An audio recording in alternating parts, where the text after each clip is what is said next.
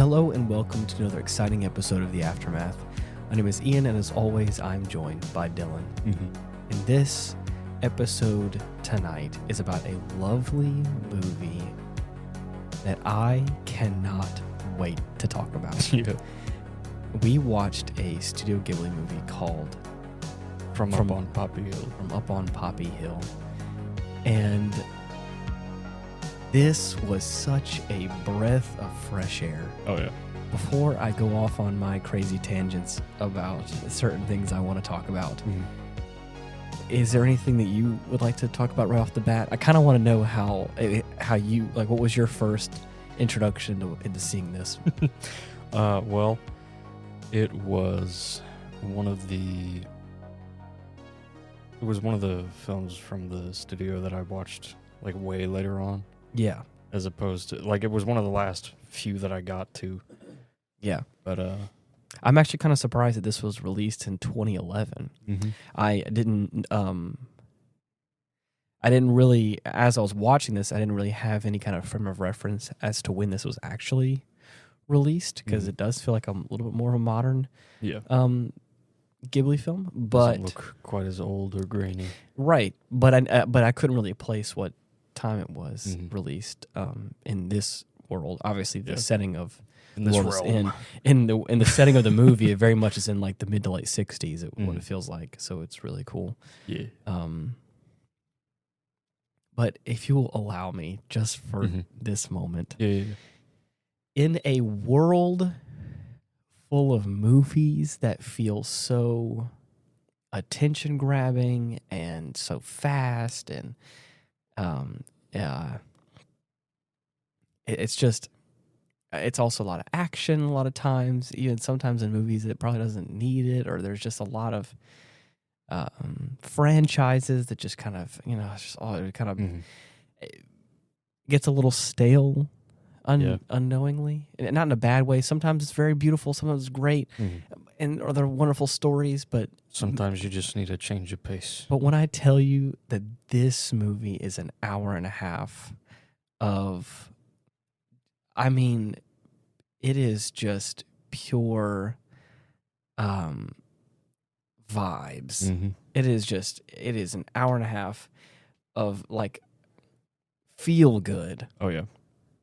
I've heard of Ghibli movies being like feel good movies. And they always are. And some of them are a little more tense than others, but I still think that they are beautiful movies that do, I think, make you feel good. Oh, yeah. But I think when you really boil it down, this is one of those that, I mean, hits that nail on the head. This, from the top to the very end, I was like, yeah, dude. If there's one setting I'm never going to get tired of, it's a lazy seaside town. Yeah.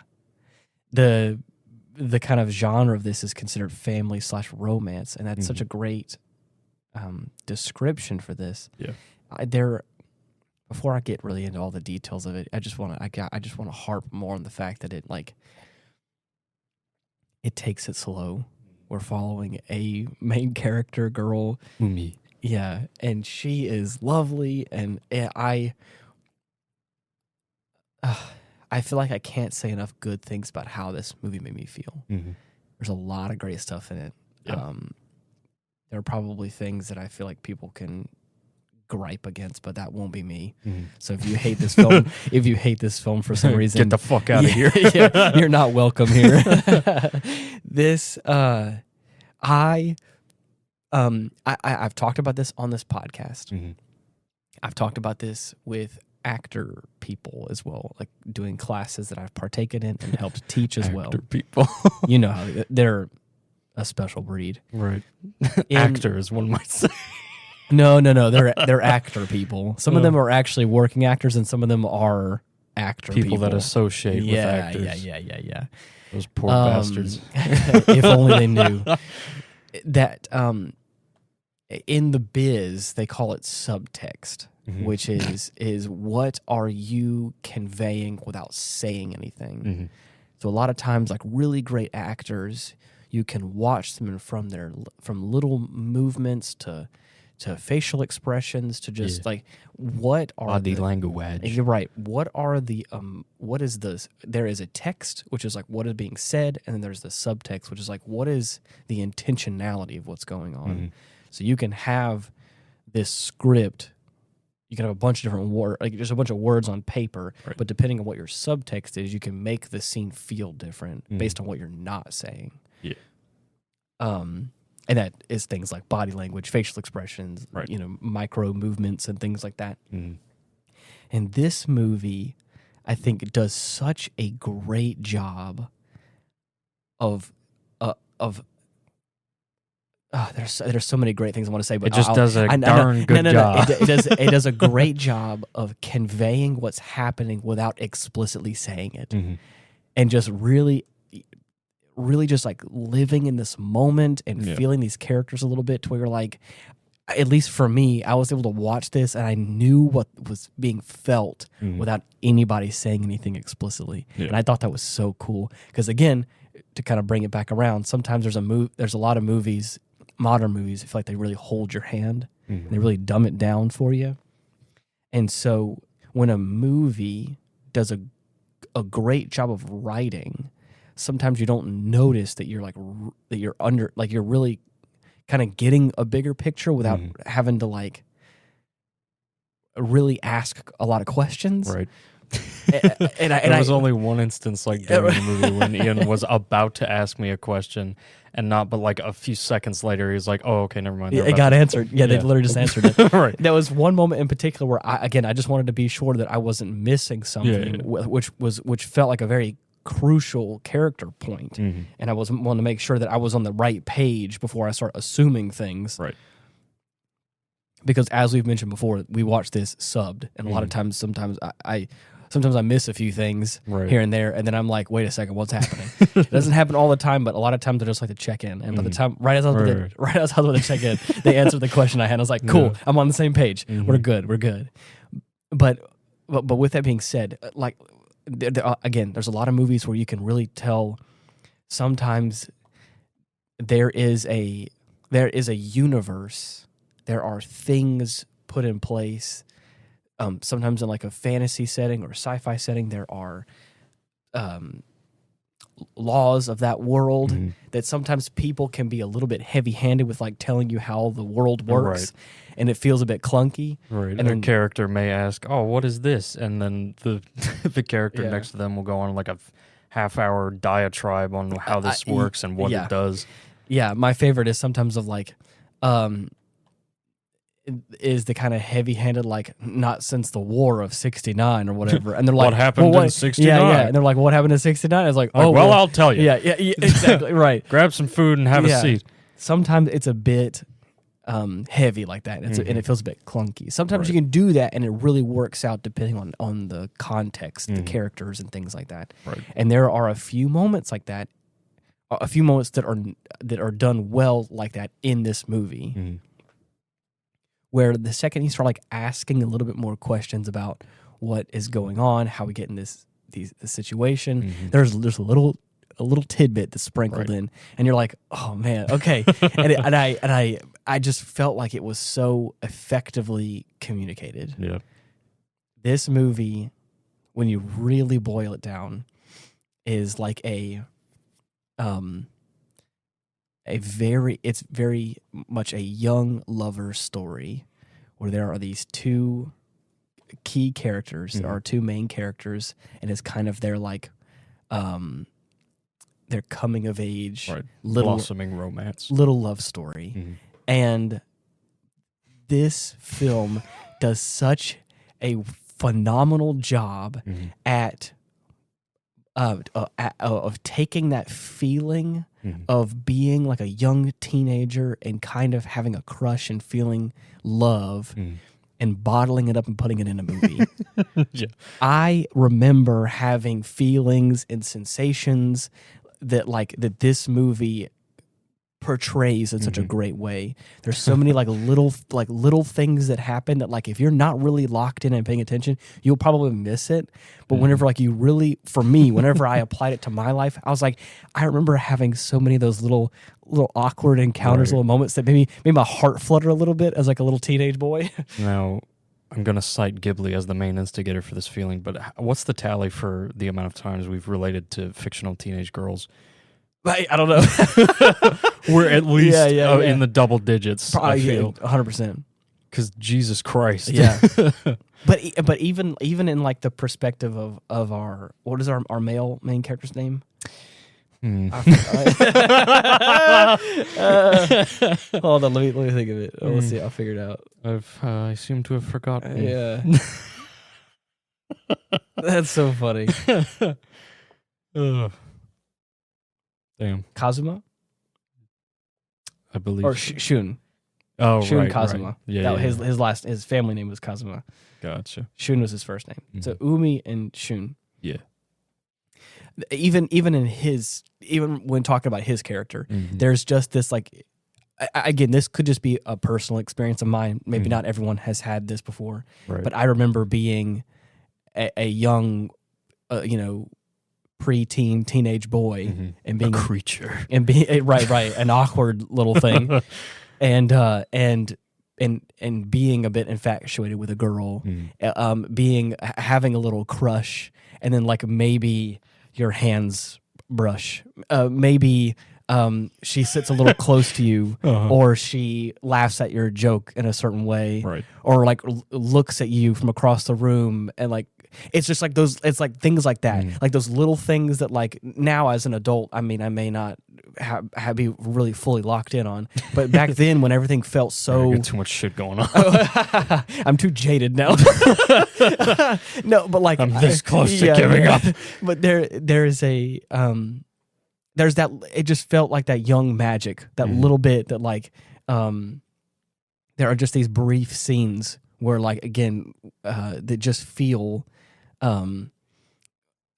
like everyday, just kind of normal things, but when you see the kind of the kind of blush that kind of pops up on her cheeks every now and then when something happens, whenever she kind of like looks over. If I was 15, this shit would have given me butterflies in my stomach. Yeah. My heart would have felt a little funny. Skipping beats. Yeah, exactly. I maybe would have frolicked a little bit, thinking about, pranced about, maybe. Thinking about this whimsical young woman. But yeah, so it's like it's that kind of stuff, and it's like not only is this just like a feel good movie, it's very much down to earth. I mean, we're talking about like the day in, day out kind of like routine of things, and this just the simplicity of like her becoming a little bit more interested in this young boy. And like as the interest grows and she kind of is like helping him out with certain things that he does, and kind of is like she starts to kind of like she starts to kind of slack on some of her chores and things, like the things that she's normally always on top of. This poor fucking girl. This girl lives in an old renovated hospital. Yeah. Basically taking care of like 4 or 5 other women. Yeah. She's doing. I mean, it's her family, so she's putting in the work, and you could tell that she enjoys doing it, or she gets some sort of joy out of doing it, out of taking care of her family, and it doesn't feel like a chore. And there's even a moment before this section I'm talking about where like her grandmother's even like, I fear that you're doing too much. Right, not overloading you. Yeah, I don't want to overload you. I want you to have somebody to help you out one of these days. Like she's not doing all this stuff by her. And this is what I'm talking about. Sorry, I'm getting ahead of myself. Just hold on to what I was talking about a second ago. I'll come back to it. This moment with her grandmother where she's sitting down and she's like, I fear that you're doing too much, and that I want you to have somebody to help you out. I want, and she was like, she even says this little remark about how I hope that you don't have to continue to raise those flags every day. And there's this flagpole that she like raises these flags on, and it like signals to these like boats out in the harbor. Right. And it feels almost like she's kind of doing a service, but I don't, at first it doesn't really feel like it's a chore, or like it just kind of feels like something she enjoys doing. And so it's just things like that, like a little tidbit of like, I didn't have the chance to fully I didn't get all the answers for what the flags mean or what it all means to her or all that kind of stuff. But I think she even kind of mentioned her father a little bit in that moment. So it's like, okay, we're getting like a little bit more story, and it's kind of piecing this whole thing together of like she does this for her father, or maybe in memory of her father or something. We don't know. To kind of circle back around, like I was saying before, where she's like doing all these, she's cooking for her whole family and doing all these chores and all these things that she, at the top of the movie, finds some sort of pleasure in doing, that now that she kind of is hanging out with this Shun guy and is, becoming a bit more friendly towards him and helping him out with certain things and kind of like getting involved in his world a little bit, she starts to be a little bit more forgetful about like, oh, I should have got meat at the market, or I didn't know how late it was. I had to go back and help my family for dinner, and it's things like that of like, it's just little stuff. But like I have 100% been there, where I've been like so enthralled by this person that I'm like, oh shit, I have like things to do. Where'd the fucking time go? Yeah. Or like I gotta do other things. Ski-daddle. I gotta ski-daddle. And it's like it's things like that, or it's just little simple things that make it feel so real. And what's the word I'm looking for? Or relatable in my life. So I feel like I can't say enough nice things. So we'll add another mark on the tally. Up to 30. Yeah. Oh, man. What a fun adventure this little film was. Yeah. Dude. Fucking hell. Scared the shit out of me at the middle. Yeah. Have you not watched this one? No, I have. Okay. Yeah, I'm just saying, like, whenever I watched it, I was like, what the fuck are they doing? Yep. So, they're about to have a little going away party for one of her sisters who's going to become a doctor. Yep. In her mother's footsteps. Right. And as part of this little get together, they invite some of her classmates from the school, which just so happens to include Shun and that other guy. Yeah. The intelligent glasses boy. Right. Mizu something. Yeah. But as she's like giving him the tour of the house, she brings him into like her mother's study, which used to be her dad's room. His name is Shiro. Right. And as they start looking at like some old family photos, he catches a glimpse of her dad. Or there's a photo with 3 sailors from like the Navy. Right. And she points out one guy and says him by name, and it's like, that's my dad. Right. He immediately looks stunned. Like, mouth agape. He's like, huh? What? Nani? So from that point on, he doesn't say a fucking word, and you already know something's off. Yeah. My mind immediately went to the fact that like I thought that his dad was one of the people in that photo. Right. So, but again, obviously at this point, but which one? Yeah, that's the scary part. So, as he's like helping his dad out on his little boat, he brings the topic up. Yeah. just to confirm. Yeah, and this is that point that Dylan was talking about. I was making sure because Shun went home, pulls out a photo, and says the same name as Yumi said. Right. And I was like, okay. So if I'm not to be mistaken, right, they both have the same dad, apparently. Right. That's what's going on. Like at first. Right.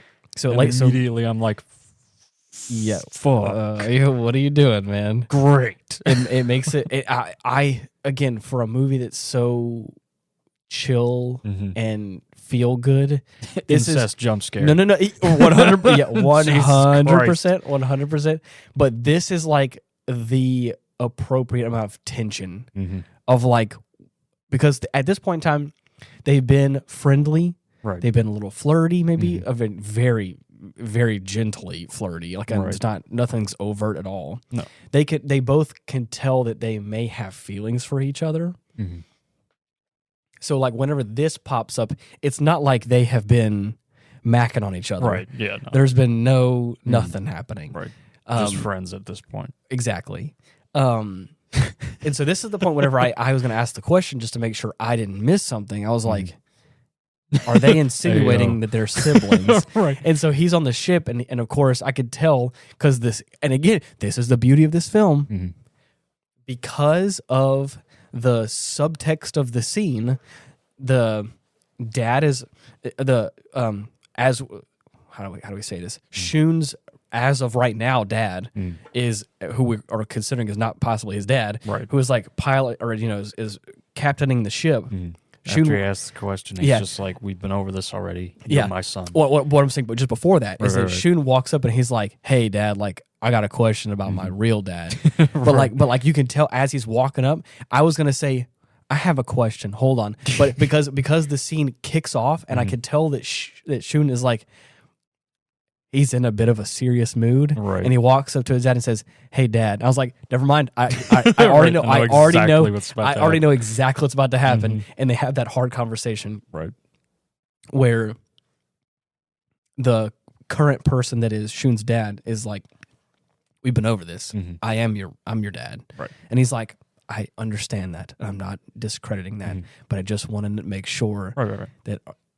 Are you saying that person is my real dad? I need you to verify that for me. Right. And of course, after a few minutes of silence, his dad begins to expound on how he came into their possession. Yeah. And Itsumi's dad who brings the boy to them. Yeah. Like way back when, after they had just recently lost their own child. Right. So of course they adopt the boy and start taking care of him from then on. I was trying to find. All we get. I was trying to figure out what the dad's name was. Is it Akio, or no, or which one is it? Do they have pictures? No, I was just looking at like the IMDb or something. Oh, okay, I see. Yeah, I wouldn't know right offhand. I was realizing this, that like as we're describing this, we're talking about multiple dads, right? And I was like, this is very, very easily going to get confusing because we don't know their actual names. Yeah. So, what I'm going to call the true dad, I'm going to call him Dad number 1. Dad Prime. Dad Prime. Dad number 2 is Shun's stand-in father. And then there's a third person in the picture that we're talking about that I'll call Dad's friend. Just to keep a little theme going on here. Tachibana. Yeah, Tachibana. So, so as the movie kind of continues, our boy Shun kind of gets a little cold. Right, he starts to distance himself. Just a little bit. Because again, how the fuck do you 100% with this person? 100%. I think he does it in a very appropriate way. Right. He just, I don't think he mean. Beats around the bush for a while. He just kind of gives us a little bit of the cold shoulder. It's not... I don't think it's mean. But again, we're talking about young teenagers in love and feelings, and of course, we're also talking about Yumi, who's a very, I think, intelligent person and is very observant, and so she's like, "Hey, yo, something's sus." Right. If you don't like me, just say so. Yeah, stops it straight up. It's like, if you don't like me, just say so. Right. He pulls out the picture and he's like, "Hey, yo, I think we got the same dad." Right. And she's like, right. And this is like some fucking cheap soap opera. I was like, dude, what great dialogue. He's like, this is some cheap melodrama. And I was like, facts. I mean, what a crazy coincidence. Right. And then I love this little interaction because there's so much. I feel like without having any really like loud, big, complex emotion, there is so much underneath the surface emotion. There, it's raining. He is standing off of his bike. She's holding the umbrella over the both of them, and she's like, "Well, what are we gonna do now?" Yeah, as if to imply that like they both already know that they kind of like each other, and I love that. That neither one of them has explicitly said that they like each other like that, but they both know enough that she could just say, "Well, what are we supposed to do now?" And I think that they both understood, right? Because the very next thing he says, again, so much said without saying it. He said, We forget whatever it was we felt about each other and just be friends like we used to. Oh my God! What great dialogue! Oh yeah. That's what I'm talking about. That when that scene happened, and then of course at that point he kind of like holds her hand for a second and kind of pulls her as he like hops on his bike, just kind of like a little playful thing, and then rides off into the rain, and she's left standing there, Right. And I'm like, What the fuck? I was like, oh, you can't just drop that bomb on her like that and just ride off into the rain, dude. And I'm like. Because again, the next couple of scenes are like her family being like, "Hey, what happened? Is Umi feeling okay? Like she just is not. Something's wrong." Her younger sister that we've seen a handful of times in this series as well is like, "Hey, I got the bath already. Like, you know, you want to?" And she's just laying on the futon. Like, yeah, not tonight.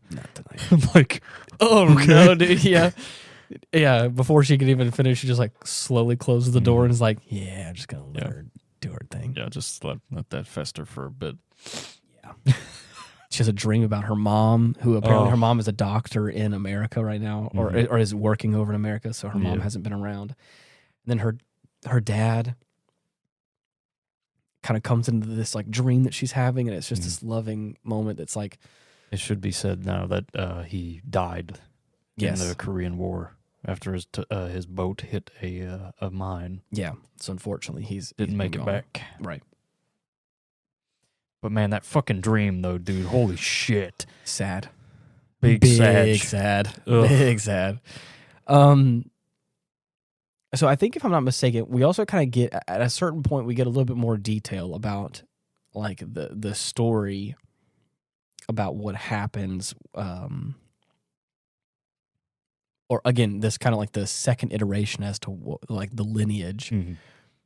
Dad number one, Dad Prime, who is Umi's dad, supposed Shun's dad, comes to Dad number two and his wife, who had just recently lost a child, comes to them with Shun in hand. Right. Hey, you guys want a baby? Yeah. He's like, hey. I forgot what he said exactly, but he says something along the lines of like, I can't take care of this baby or something. Or he's like, I need assistance. And he and Dad number two was like, before he could even finish saying anything, like, right. They don't explain anything more than he just showed up one day with his family registry and had the baby with him. Yeah. And gave it to us. Right. And that was it. Yeah. That's all we know. Exactly. So, of course, without knowing the full story, you're just alluded to a possible illegitimate child. Yeah. And so if I'm not mistaken, so they had Dad number one and Dad number two were friends. Right. Not in the war, right? In the war, yes. In the war? Okay. Yeah. That's what I thought. I was confused as to what, because the three people in the photo were Dad number one, Tachibana, which is like Dad's friend. All three dads. All three dads? Yeah. Okay. Oh, so wait, was Tachibana not in the photo? Or am I thinking of something else? No, Tachibana was in the photo, yeah. Okay, gotcha. Because, Tachibana.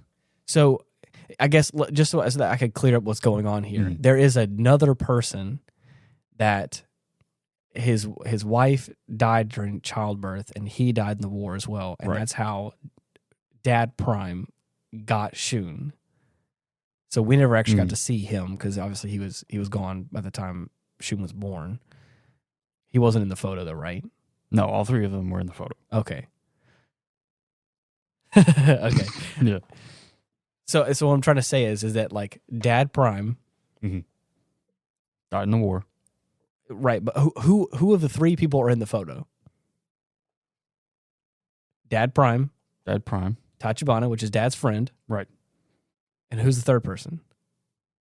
Because it's not Dad 2, because Dad 2's alive. Right, Dad 2. So he was just a friend of his in the war, but wasn't in the three photos. You see what I'm saying? Yeah. I'm just a little bit confused. I'm sorry. Anyway, so they're like, so the to kind of culminate the story here, what happens towards the end of the film is that the mom ship captain was the third guy in the photo. Okay. That we meet at the end of the movie. Right. That's what I was. That's what I remember. Yeah.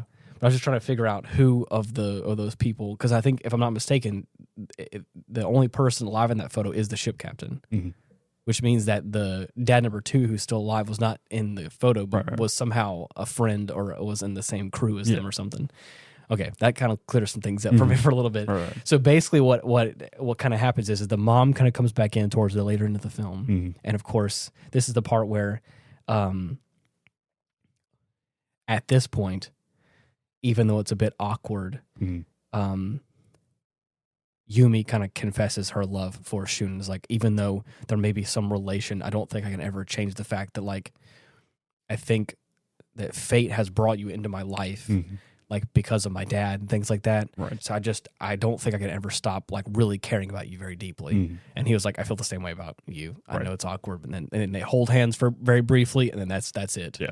In a true Ghibli movie, there's no, like, real, like, I mean, super deep, or like romance, like, or any kind of like physical intimacy, really. But it's just the core of every Ghibli film is like, there's no explicit romance. It's always like,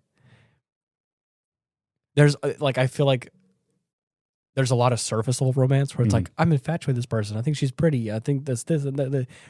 A Ghibli romance is like, I don't think I can ever live my life without you because you're such a deep soul companion of mine. That's exactly the kind of stuff that happens. Yeah. So after that, Yumi's mom ends up coming back from being in the States, and of course, this is her real moment to, like, sit down and be like, "Hey, yo, so, like, what?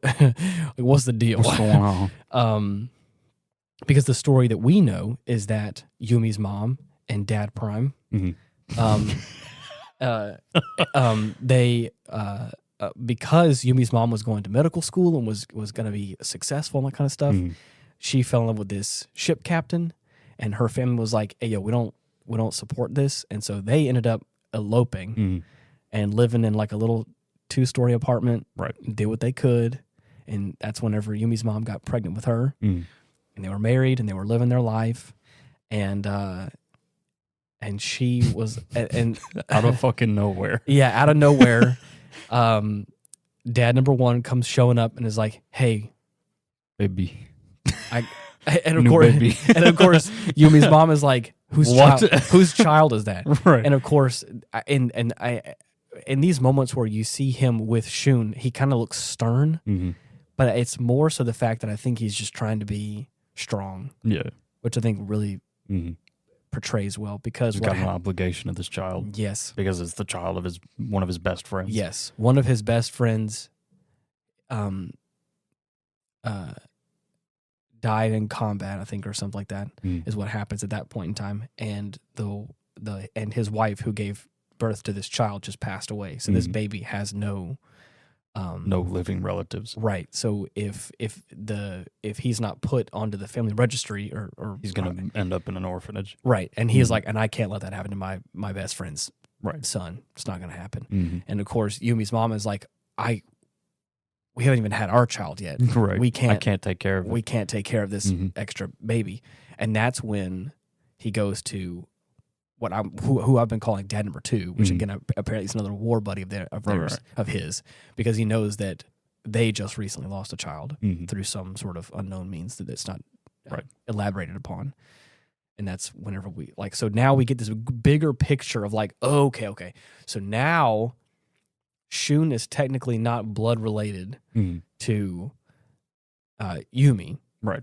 But they have, right, which is great. What a relief. They have the same family name because of Dad Prime being a very stand up guy and helping out his friend. Had to do what he had to do. He had to do it. And to be honest, I'm like, man, more power to you. Right. What a guy. What a champ. Good on you. Good on you.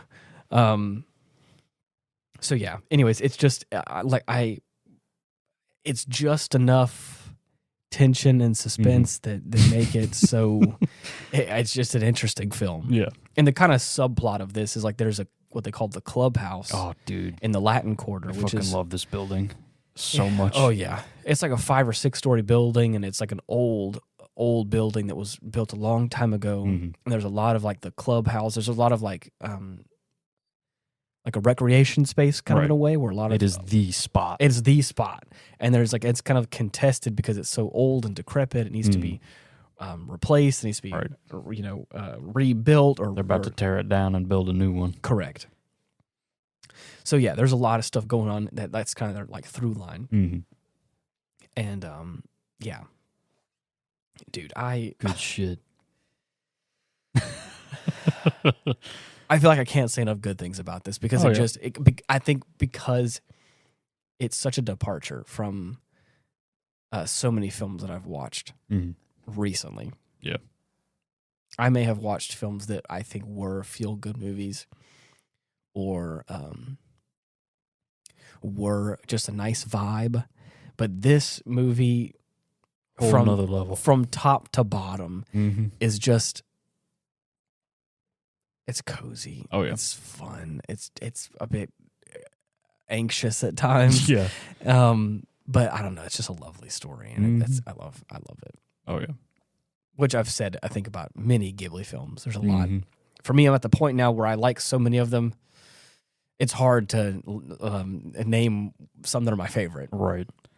It's hard to make a tier list of which ones I like in my like top 5 because there are so many I love for different reasons. They're all of such like a distinct quality that I can't separate any of them. It's all just the collection. Yeah. Of some of my favorite films. Correct.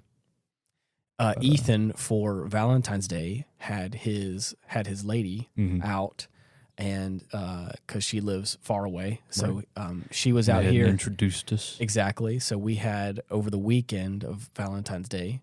I made a big dinner for all of us, and Dylan was out there, my mom, and the whole family was out there. Had some spaghetti. Yeah, had some spaghetti.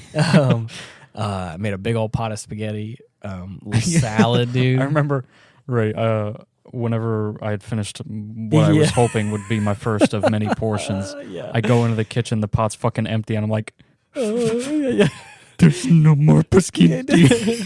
I made a big bowl of salad. I say that Dylan really helped out with the bowl of salad. He made that a possibility. Well, hey, I mean, you definitely you did your work. I tossed that shit. Hell yeah. And I made what I thought was going to be enough pasta for all of us and then some, but it was the exact amount. Yep, just the one and done for everybody. Yeah, I think I fed 7 or 8 with the pot that I had, and everyone was like, "Oh," I mean, except for Dylan was. Dude. I kind of wanted a little more as well. I could have eaten so much more. Everybody else was like, "Oh, hell, it was actually a really nice meal. It was really good." And Dylan and I were both kind of like, "I can go another bowl." Is there any more? But anyways, I'm saying all this because Ethan wanted to watch My Neighbor Totoro. Plan that shit out in advance. Motherfucker called me up. It's like, hey, I'm gonna have my lady friend over. Yeah, and we're gonna watch the Ghibli movie. Right. And so there was a moment where Eric was there. Our listeners of the podcast know the elusive second son. Right. Our middle brother Eric was there, and he was and he said some, I don't want to say controversial, but he said some very strong statements. And again, hey, to each their own. Yeah, everyone can have their favorite. Everybody has their favorites. But he was like, as soon as you start saying shit's better than something else, especially for Ghibli films, I won't necessarily argue. I'm just going to disregard that shit entirely. Yeah. So Eric was saying he was saying not only for personal reasons, but because of like what is it called? Accolades. Almost said acclimates. I was like, the acclimates. Yeah. The accolades that the movie had gotten and awards and all that kind of stuff was Princess Mononoke was like his top tier. And top, man. I'm not saying that he's wrong. Is it my personal number one? It's been It's been a long time since I've watched it. It is the first Ghibli movie I ever watched. So I mean, there may be some nostalgia, but I do think there are other Ghibli films that I like for other reasons a little more. So anyways, he was just saying flat out, he was saying but that's also Eric. If you've been around Eric long enough, he says some very bold, very loud statements. Right. He believes what he believes, and it's like, and hey, more power to him. Right. He's not always wrong, but sometimes I'm like, that's a pretty controversial thing you're saying, Right, yeah. and I'm not going to say no, but I'm also not going to say yes. Mm-hmm. So, anyways, he said that his number one is Princess Mononoke, and he also the part that was kind of a little more controversial. He's like, and it is number one because of all the accolades, because of all that kind of stuff, Right, and so it was like, I can. You may think so. I think otherwise. I can respect your belief, right. and respect me for believing otherwise. Like I said, not going to argue. Not gonna just argue. disregard. Yeah. So, anyways, it was a lot of fun. It was a little fun, little brief conversation we had. A little post dinner. Oh, yeah. A little family heated conversation. Right. I wouldn't call it a debate. It's a little heated conversation, right. but ain't nothing wrong with us getting a little tipsy off of espresso martinis and oh god, motherfucker did a fantastic job on those, bruh.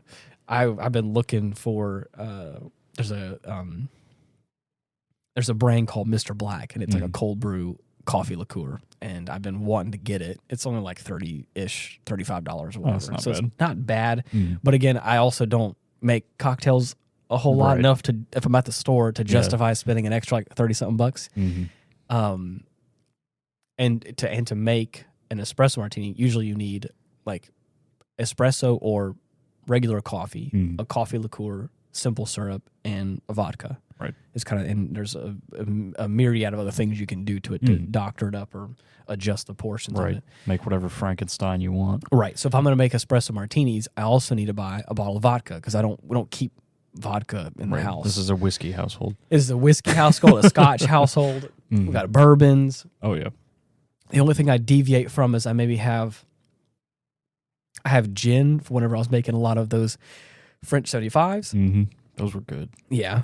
I also another one of those. Also, I think I have amaretto in there for my mom because my mom likes amaretto sours. So I have things like that in there for scant few occasions. Right, but also if I'm to get a nicer bottle of vodka, you can get cheap stuff. But I'm also not one to. I'm gonna get something. I'm gonna go and get something that's kind of nice. He ain't no skimpy. I'm not gonna skimp out on. And again, even though vodka's vodka, blah blah blah, all this other stuff you could say. Like I do want to try and get something that's a little bit nicer. So I found one. It was like a bottle of, I think it's called Belvedere. Yeah, it's apparently like really nice top shelf vodka, and it was also like $35. So that's the same sort of thing. I'm gonna. If it's just a Tuesday and I'm grocery shopping, I'm not gonna go spend $60 on alcohol. I'm going to spend that on. Got to be a special occasion, right? And so I had money set aside for this dinner. Ethan was also going to try and chip in a little bit to kind of help offset the cost of it because he's like, this is as much a family thing that I'm putting on as much as you are cooking for it. So I want to help out. So I was like, hell yeah, I'll do that. Right. So he chipped in. I got a really nice dinner, cooked it all. And at the same time, I was like, I had money set aside for this. So I bought the 2 bottles of liquor that was required for it, and so now I have them in our little collection, a little small or mini bar we have. The pile. Yeah. I've got a corner in the kitchen that has all of our bottles. Corner. The liquor corner. That's good. Yeah. So, anyways, we all partook in a little bit of some wine or some cocktails and things like that. Right. And then we got every now and night. Yeah, and then I'll find myself falling face down into that pile. Uh-oh. Don't say that. Look, some days are harder than others, all right? Oh, man. So, yeah. I'm just happy it's there. Yeah, it's nice. I will say, we really did try. We had every good intention of doing this episode a day earlier than when we're recording this, and I was honest about getting ahead of schedule, gung ho about it, and then I had to clean up a little bit, or for my own sake, I had to clean up, and then I told Dylan I hadn't really had dinner as of last night. When, again, in reference to when we're recording this, we're not going to tell you. We had to push Bangers and Mash for SummerSlam. Oh man, which we did. I was heading home from the office pretty late, and I was like, I haven't had anything to eat for dinner, and I was like, would you be down to do the podcast? And also, have you had dinner? And Dylan's like, no, and I was like, okay, the time is now. I was like, so here's the options. Right. And so I went down the list, and one of them on the list was Bangers and Mash, which we occasionally do every now and then. It's been long enough since we've done that, and I was secretly kind of hoping that you would. It was so good, we were hoping that as well. You had to have known. Hey, I gave you 3 options, and one of them was probably a heavy hitter. Oh yeah. So it was the what is it? The poll was weighed down by one of those options, but maybe I skewed it, maybe I didn't. I don't know. So with anyways, some sparkles next to Bangers and Mash. right. I maybe put a little star next to it. So anyways, I came home and I needed to clean the kitchen a little bit as well. So Dylan and I do as we do. And I was cleaning up a little bit. We listened to some music and got the food all cooked up and stuff. And it was, man, when I tell you I was hungry. It was one of those days it was one of those days that I had a snack around lunchtime, and I had like a little protein bar as well. So I was like my hunger was kind of held over, and then I got really busy with work. So like one thing led to another. And I just didn't really have like a time to sit down and like eat a meal for like lunchtime.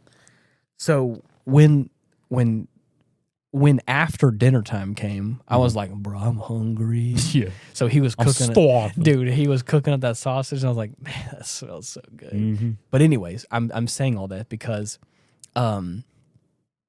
we got done cooking all of it, and I was like, hey, it's already like 1:30. It was like fuck. He had to be up early the next day, and I was like, I don't want to put a dampen on our party, right? Because we're vibing right now. Oh yeah. But I was like, let's say hypothetically the movie is and I do this all the time for the podcast. Yeah. Usually we record for about an hour, and sometimes a movie is between an hour and a half to 2 hours. Yeah. So a lot of times I try to budget out on the higher end 3 hours for like sit down, start movie to like pressing stop on the podcast. Right. It could be around 2.5 to 3 hours. So a lot of times if it's like already 1 o'clock or 1:30, I'm like, do you gotta be early? Right. Because we're gonna be wrapping the podcast at like potentially 3 or so in the morning, if that's the case. And I'm like, and he's like, I do gotta be up early. And I was like, probably all right. shouldn't. It's like, hey, that's okay.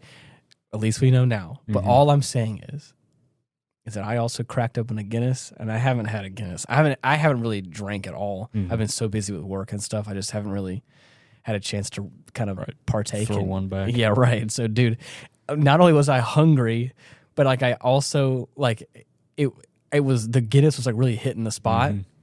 I took that big couple of swigs, put it down, split the G on that first sip, and I was like, "Oh, it's gonna be a good night, buddy. Oh, it's gonna be a good night." I finished up my food as well, and I banged out that Guinness, and there was a point in time where I was like, "Hey, I'm feeling kind of good right now." I was like, "Damn!" I was full. I was like, I drank it a little bit faster than I was expecting. And again, because I haven't really had a whole lot to drink, I was like, it kind of hit me in a little quicker way. I was like, oh man, this is it. It's a good night right now. Yeah. So anyways. You want to talk about what happened after? What happened after? You remember? Wait. Oh my God. Once we finished eating. I forgot about that actually. Yeah. Right. Yeah. I decided to bust out old Reliable. And me and Ian for the first time in how long has it been? Far too years. Long. Maybe. We decided to take a swing at the RPG mode for Grand Blue Fantasy Versus again. And wow. Holy shit. We have finished all the like main storyline beats of it and collected up a lot of like the hard mode missions as well. Right. And what I'm realizing that I don't think I realized this pre-relink is that I think how Versus and like the campaign mode is supposed to go is I think you're supposed to like grind out some of the other missions to get like materials to then like upgrade your weapons and things like that. I learned that from relink because that's kind of the core rotation of that game at a certain point in time.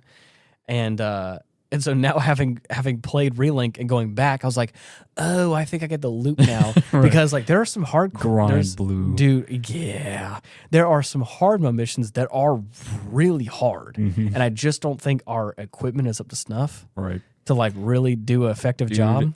I felt unstoppable with that fucking health loadout on the dark grid. Yeah. With Vasaraga especially, dude. Yeah. My health is in the six digits. Oh, yeah. And I just cannot be killed. That's great. They have to whittle me. They have to whittle me down. Yeah. I can survive. Yep. But the damage output takes the heaviest hit. Yes. That's the only trade-off, and it sucks because we got the boss like below 50% down to 41. Oh, yeah. She does this. We've talked about this on the podcasting before. She does like this damage break mode thing where overdrive. Yeah, where she basically she knocks your health down to 1, and you just got to figure it out. And the hard part is like I have a heal, but it has a fairly substantial cooldown. Yeah. So like I have to use it strategically, and if I get close or we get close to dying, just before that mode happens, I'm shit out of luck for a while. Just gotta make it. It's crazy. It's fun though, man. Oh yeah, it's a lot of fun. Bringing out the old dynamic duo. Oh man, Vasaraga and Percival is just a fucking killer combo. Dream team. Dream team. I definitely was shit at that for a while. I mean, you're just rusty is all. That's all it is. Right. Yeah. Just got to get back into the groove.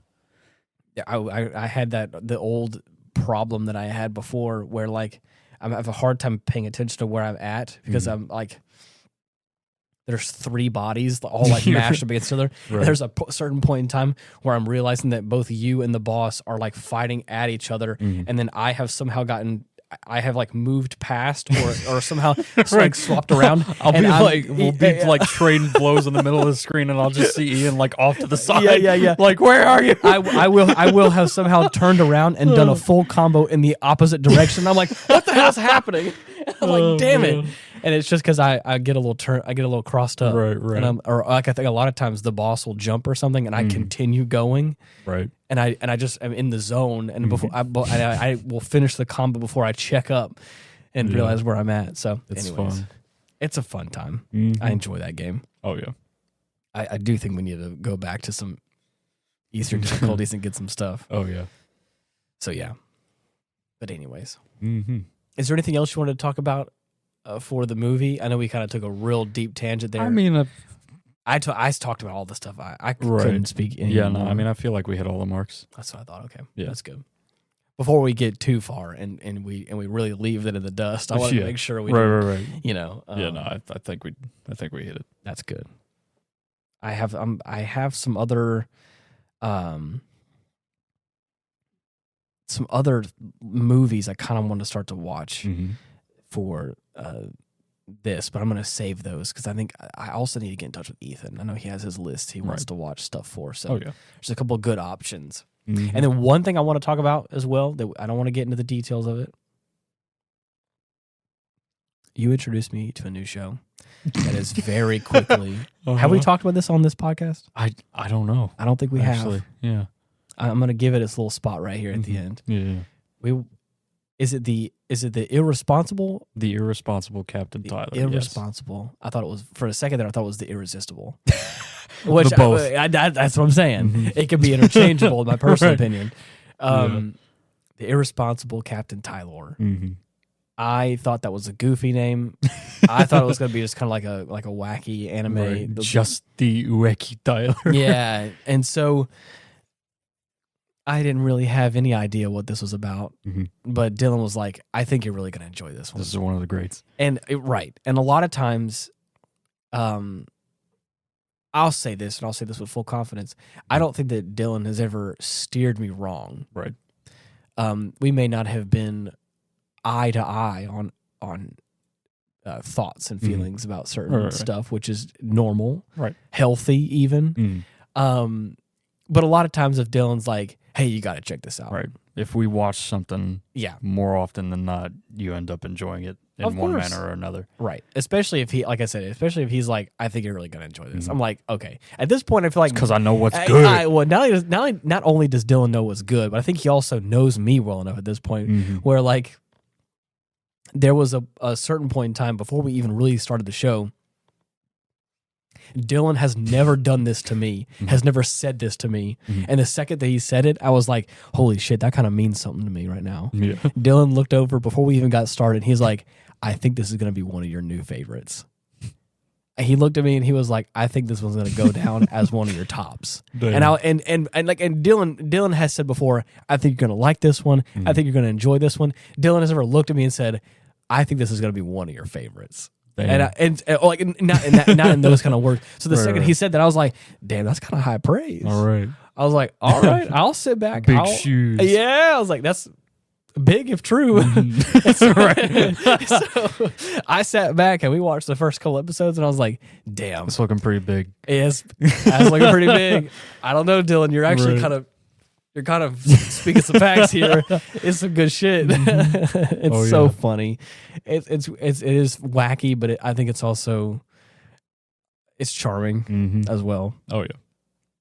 I've been enjoying our little romps through that show as well, and I'm excited about it. And apparently, you said there's like OVAs that kind of continue the series afterwards, which I'm really excited about. As opposed, they're so good, dude. As opposed to so many animes that I fall in love with, and then what you see is what you get. There's no extension, or if it is an OVA, it's kind of like a flash forward, flashback kind of thing, which it's not a problem, but like sometimes you just want like a little bit extra or a little bit of a button on the end, and you're telling me that the OVAs are kind of fulfilling that, so it makes me kind of excited for what's to come as well. Oh yeah. So I'm like, oh, just you wait. I'm excited. And I'm not mistaken, you said you watched those with Chase, right? Yes, I watched the series first with Chase, like way back when. Yeah. And we just recently finished all the OVAs for it. Yeah. How long have you had that series? I got it from Game Exchange. Okay. Whenever I just saw it on the shelf. Yeah. And that was at least like... It's probably been a while. Yeah. 1 or 2, maybe even 3 years ago. Oh my, what? Maybe, no way. So wow. It's definitely been a while. Yeah. But man, it's peak. How did you hear about it? I didn't. Oh. Okay. It's been referenced in other shows, like just in passing. Okay. I'm like, what the hell is that? Like a little Easter egg? Right. Yeah, okay. Because it's evidently widely considered to be one of the greats. By other people. Yeah. Right. Than myself. Which I would agree at this point. Right, yeah. I mean, what are we? We're what? 8 or 9? Or just about. Yeah. We've made it to the second disc. Yeah. But I mean, I'm gonna have to figure out where exactly we're at next time we start. I want to say that we are. I know we're less than half. Yeah. But we're like right there. Right. Regardless. It's pretty short form, 26 episodes. I'm loving Not it, too dude. bad. But So, yeah. man, it's fantastic. It's fantastic. Yeah. Yeah. I kind of I was also kind of referencing there in a second was Outlaw Star. I really enjoyed Outlaw Star, and by the time it was over with, I was like, man, I just want a little bit more. Yeah. It was good. That's another one that I had no expectations for. I fell in love with that show. Yeah, that was. Really I'm not sure we'll dedicate a full episode to the Irresponsible. Sorry, I knew I was going to do it. Motherfuckers got Tyler on the brain. I'm not sure we're going to give it a full episode, but to be honest, I kind of do want to give Tyler its own episode. We'll give it a corner here and there. Yeah. We'll give it its time because I do think it deserves it. Oh yeah, man. Well, is there anything else you want to talk about? No, I think I'm good, man. I think I'm good as well. Mm-hmm. Thank you so much, everyone, for listening to this podcast. It really does mean a lot to us. We enjoy making this show, and we are so glad that you also enjoy listening to this show and participating where you can. Speaking of, I know that YouTube and Spotify have comment sections. You can leave us comments and let us know what you think. YouTube, if you go to @Hindsight Studios on YouTube, you can find us there. Other than that, it's the Aftermath Podcast everywhere else. I'm going to be posting some more stuff on Instagram. So if you want to follow me @Ian Wolffe on Instagram, you can find out some cool pictures. I'm going to start to post some of my Polaroids I got I got that Get the Turn A portrait in there. Hey, you're laughing. I have it. I got probably like a month or two back. I got that Polaroid camera, and I've been having some fun with it. It's been nice to have like a little. I have a really nice full frame big camera that I use, and I can take some very magnificent, picture perfect, high res images. But it's a big bulky camera, and sometimes it's nice to have just like a little guy I can pull out and take some little nostalgic kind of pictures. I've been doing that here and there, so I'm probably gonna start posting some more of those and do a little fun series on my Instagram. Nice, like the good old days. Yeah. So, anyways, like I said before, thank you so much for listening, and until next week, See you. Bye bye.